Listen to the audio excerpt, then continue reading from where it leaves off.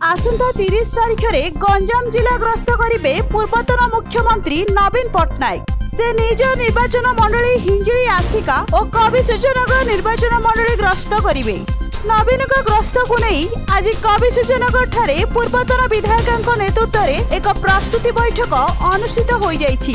तेबे लघुचाप जनित लगाण वर्षा गंजाम जिलार व्यापक फसल क्षयक्षति होइछि। नवीनक एही ग्रस्त समय क्षतिग्रस्त चाषी से साक्षात करने सेमानक अभियोग शुणा कार्यक्रम रही सूचना देइछंती कविसूर्यनगर पूर्वतन विधायिका लतिका प्रधान। गंजाम रु भगवान पाढ़ी रिपोर्ट न्यूज.in।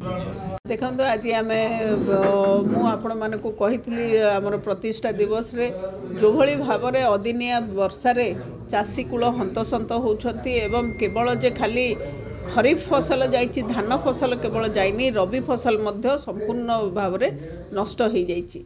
तेणु ताकू तार आकलन एवं चाषी मानक को भेटिबा पाई एवं चाषी मानक सुख दुखरे सामिल होवाई आमर दलर सभापति तथा पूर्वतन मुख्यमंत्री श्रीजुक्त नवीन पट्टनायक महोदय कविसूर्यनगर को आसंता सोमवार तथा 30 तारिख दिन आसुछंती।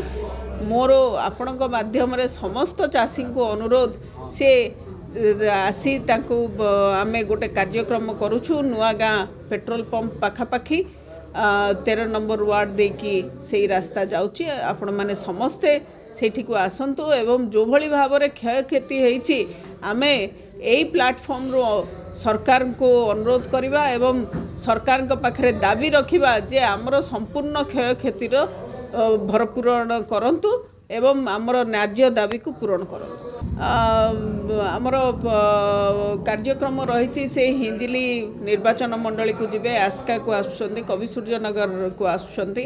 तेणु अनेक कार्यक्रम रही गंजाम जिले में पूरा दिन तमाम कार्यक्रम रही से विभिन्न जगह को जीवे आमर आमे निष्पत्ति नहीं जेहेतु यही अंचल बहु क्षयक्षति होती आमर निष्पत्ति रही जे यही अंचल से देखिए क्षयक्षति को आकलन करने से आसुचंती एवं विशेष करके चाषी मानक भेटापी आसुचंती तांकर असुविधा सुविधा बुझापी से आसुचंती। मोर समस्त चाषी भाई मानक मोर अनुरोध जे आपण माने उपस्थित रहिबे निजर समस्या कथा निश्चित भाव में जणाइबे।